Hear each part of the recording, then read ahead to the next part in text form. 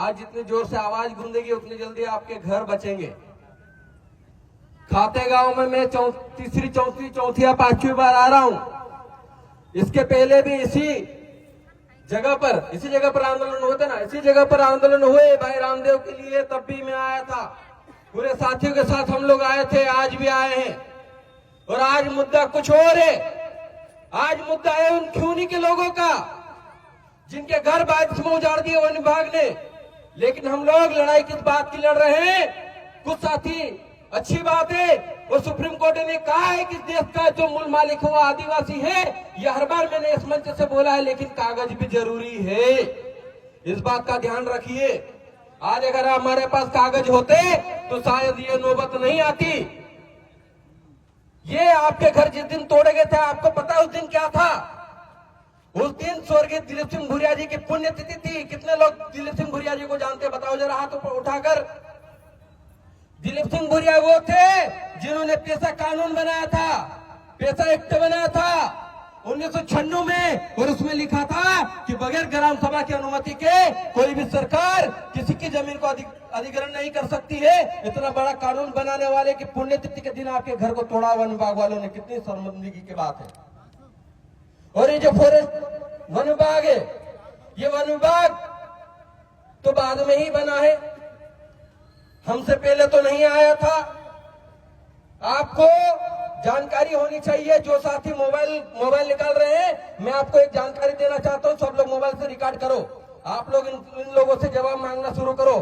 मैं बता रहा हूं, आप आरटीआई लगाओ और पूछो कि भारतीय वन अधिनियम जब 1927 में बना था, जब ब्रिटिश कानून था, अंग्रेजी लोग यहाँ पर हुकूमत करते थे, तब का कानून आगे जाके संशोधित हुआ। 1980 में दूसरा कानून बना, फिर संशोधित हुआ, वो फॉरेस्ट राइट एक्ट बना। वन अधिकार अधिनियम 2006 आपको पढ़ना चाहिए। तो वन अधिकार अधिनियम 2006 में भी स्पष्ट लिखा है कि ग्राम सभा की अनुमति के बगैर कोई भी सरकार या व्यक्ति या कंपनी हमारी जमीन को नहीं ले सकती, और वहां के आदिवासियों को उनकी जमीन से बेदखल नहीं कर सकती। लेकिन हम लोग कभी प्रश्न, वन अधिकार अधिनियम 1927, क्या मध्य प्रदेश में जो अधिसूचित क्षेत्र है, यानी कि 5वीं अनुसूची वाला एरिया, रिजर्व एरिया, क्या उस पर वन अधिनियम 1927 लागू हुआ था? उसका विस्तारीकरण हुआ या नहीं? ये पहला सवाल। दूसरा सवाल, वन कानून के जो 1927, 1980, 2006 और अभी 2023 में फॉरेस्ट कंजर्वेशन एक्ट आया है, वो आदिवासी क्षेत्रों में विस्तारीकरण हुआ या नहीं? ये पूछो। मैं बोल रहा हूं, ये सब लोग लगाओ आरटीआई, सब अपने अपने विभाग में, अपने अपने जिलों में लगाओ। फिर देखना वन विभाग के लोग अपने यहां से धुंध दबा के आपके जंगलों से भागते या नहीं। ये कागज कलम की लड़ाई लड़ना शुरू करो, ऐसे काम नहीं चलेगा। लगाओगे? ये पूछोगे, अगली बार वन विभाग आपके यहां कदम नहीं रखेगा। अभी दो तरह की लड़ाई चल रही है। मेरा समाज इतना जागरूक हो चुका है कि एक ही जगह के आंदोलन के लिए दो बार आंदोलन करना पड़ रहा है। कुछ लोग अभी एक दिन बाद आएंगे। जो साथी जिन्होंने स्थानीय साथियों ने तय किया वो आज आ गए। क्या चल रहा है? चेहरे चमकाने का काम है क्या? इन बेचारों के घर चली गए। मैंने सुना, उनसे बात करी तो बताया 15-15 दिन का जो बच्चा है वो माँ अपनी गोद में लेकर बैठी हुई है, रो रही है, बारिश हो रही है। सबको नेतागिरी करनी है, नेता बनना है। नेता बैठे, अभी नेताओं पे भी आऊंगा मैं।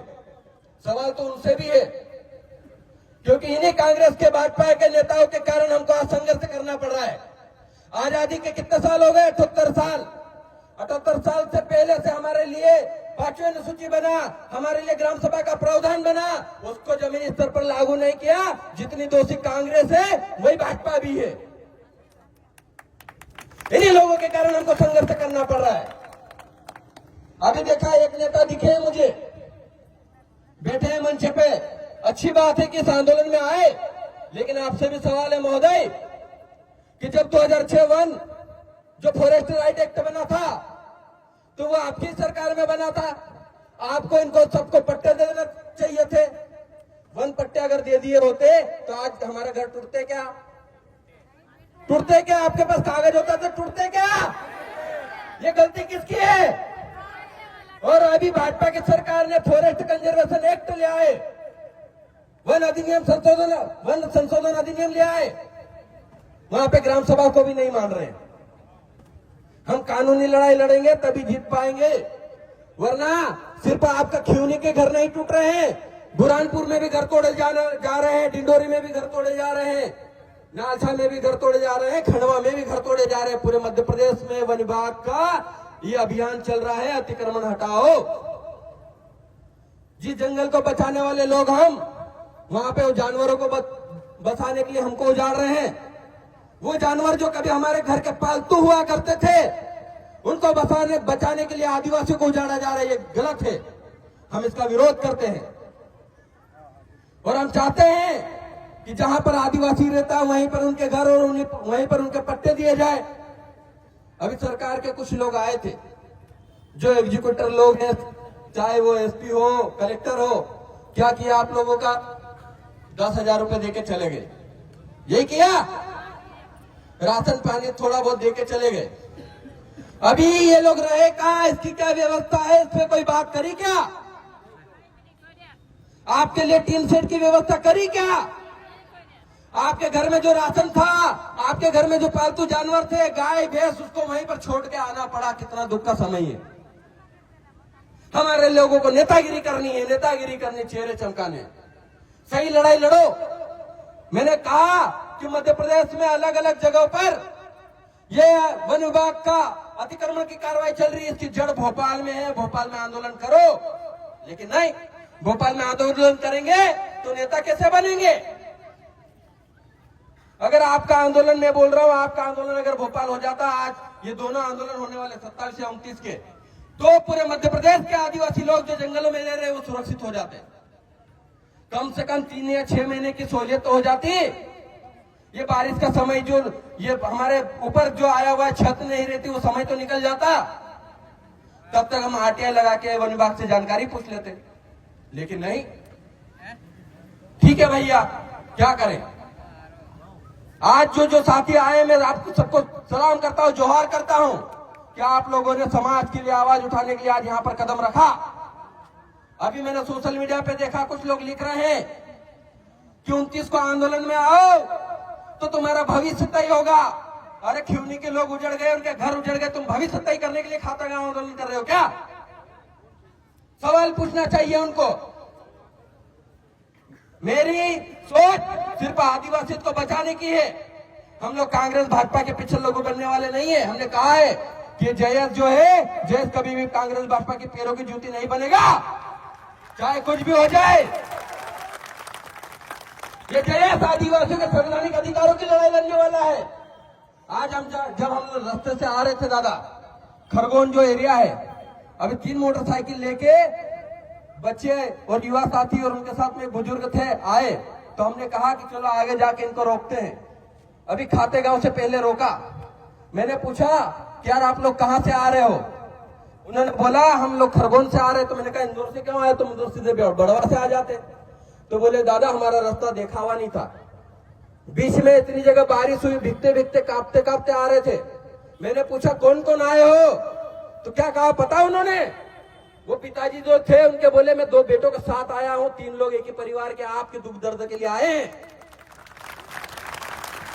उनका और आपका कोई रिश्ता नहीं है, आपको नहीं जानते। वो खिवनी के लोग कौन है उनको नहीं मालूम। बस उन्होंने सोशल मीडिया पे देखा कि मेरे परिवार के जो लोग हैं वो बारिश में उनके घर तोड़ दिए गए हैं, इसका दर्द लेकर आज यहां पर पहुंचे।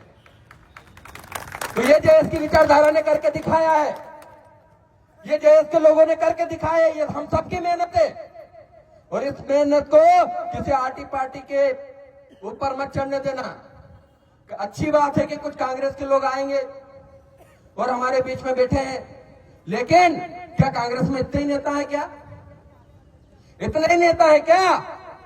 अगर आदिवासियों की लड़ाई लड़नी है तो सबकी सब जाओ। तो आपको कहां भेज रखा हमने जनप्रतिनिधि बना के आपको विधानसभा में लड़ने के लिए भेज रहा हूं। आप तो मुंह नहीं खुलता, क्योंकि वहां तो आपकी फोटो नहीं छपेगी ना। फोटो कहां छपेगी? जब आपके लिए ऐसे बैठेंगे तब फोटो छपेगी, फोटो खिंचवा के चले जाएंगे, कुछ नहीं होना जाना। आपको सही लड़ाई लड़नी है तो मैंने 2 प्रश्न बताया, आरटीआई के माध्यम से लगाओ। और जो बीजेपी के नेता है वो भी हमारे समाज के हैं, आदिवासी हैं विधायक सांसद, आदिवासी तो है ना, आदिवासी सर्टिफिकेट की वजह से वो सांसद विधायक बने हैं ना, लेकिन उनका देखो मुंह नहीं खुल रहा है, चुपचाप बैठे हैं, चुपचाप बैठे हैं, उनका मुंह नहीं खुल रहा है। अरे इतनी मानवता तो सब में होती है यार, कि जब किसी का घर उजड़ रहा हो और ऐसे बारिश के समय पे जब बारिश आ रही हो वीडियो देख के रोना आ जाता है। जब छत्तीसगढ़ में कांग्रेस की सरकार थी हथियो जंगल उजाड़ा जा रहा था, अभी हैदराबाद में कांग्रेस की सरकार है वहां पे भी जंगल उजाड़ा जा रहा है, और मध्य प्रदेश में भाजपा की सरकार है वो भी आपके घरों को उजाड़ रही है। यानी कि कांग्रेस और भाजपा एक ही है, एक नागनाथ है, एक तो एक सांपनाथ है, और ये आदिवासियों का कभी भला नहीं कर सकती। अगर आदिवासियों का भला करना होता तो इन 78 वर्षों में कर दिया होता, और आज हम लोगों को यहाँ पर इस खाते गांव की भूमि में डाक बंगले में बैठना नहीं पड़ता। सही बोल रहा हूं या गलत बोल रहा हूं? अगर गलत बोलो तो टोक देना। ये लड़ाई हमारे हक अधिकारों की है, ये लड़ाई हमारे अस्तित्व की है। जिनको हमने नेता बनाया, जिसको कांग्रेस और भाजपा में गए नेता बना दिया, वो एक हमारे लिए आवाज नहीं उठा रहे हैं, और ये नहीं चलेगा। अब आप लोगों को तय करना पड़ेगा, ये कांग्रेस के भाजपा के लोग जब आपकी सुरक्षा नहीं कर सकते तो इनको भी आप यहां से खदेड़ना शुरू कर दो, क्योंकि जब तक आप डंडा और झंडा मजबूत नहीं रखोगे ना तब तक आपका काम नहीं होगा। इसलिए क्या करना है आपको? झंडा और डंडा क्या करना है? जोर से बोलो। झंडा और डंडा मजबूत रखना है। और इस बार बताओ कि कांग्रेस भाजपा की नहीं, जो जहां का है वहां के व्यक्ति की चलेगी, उन लोगों की चलेगी, उस जनता की चलेगी। नेता जनता चुनकर बनाएगी, तुम्हारे दिल्ली और भाजपा के नेता नहीं बनाएंगे। ये बताओ तुम लोग। मेरा विरोध करते हैं कांग्रेस भाजपा के लोग, खतरनाक, अभी और विरोध करेंगे। डरता नहीं मैं किसी से, ये कांग्रेस भाजपा वालों से कभी नहीं डरता मैं, क्योंकि इनकी नाक में दम कर दिया हमने कहा। मैंने अभी यह सुना दिया ना, नेता बैठे, मैंने बताया ना 2006 का कानून किनके सरकार में बना था, बता दिया। और मुझे तो याद है कि आप जनजाति मंत्री थे भूरिया जी, आपको पता होना चाहिए कि संविधान के अनुच्छेद 338 का के सब पैरा 9 में ये लिखा है, जब भी लोकसभा या विधानसभा में किसी राज्य में नया कानून बनेगा तो सबसे पहले वो राष्ट्रीय अनुसूचित जनजाति आयोग में सिफारिश के लिए जाएगा, और वहां ये पूछा जाएगा कि ये जो कानून बना है वह आदिवासी क्षेत्रों में कोई प्रभाव तो नहीं डालेगा, आदिवासियों की रीति रिवाज रूढ़ी प्रथा में कोई विघ्न तो नहीं डालेगा। अगर आदिवासियों के 13-3 की जो रूढ़ी प्रथा है, उस रूढ़ी प्रथा को अगर वो नुकसान पहुंचाता है तो उस क्षेत्र में जो अनुसूचित क्षेत्र है, जो 5वीं अनुसूची का क्षेत्र है, वहां पर वो कानून शून्य हो जाएगा। ये लिखा हुआ है। अब ये भूरिया जी से माइक लेकर पूछ लो आपकी अनुच्छेद मालूम है कि नहीं मालूम है, बस तभी पता चल जाएगा आपको,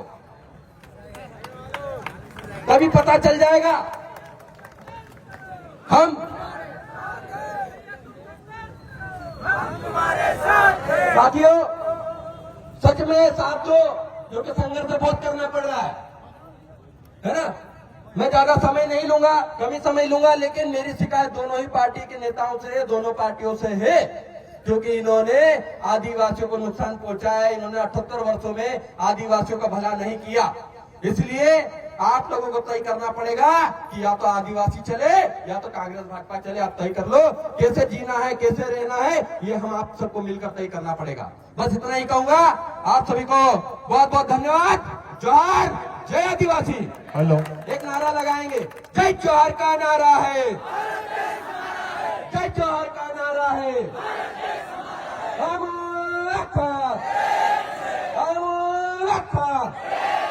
लड़ेंगे, अरे लड़ेंगे।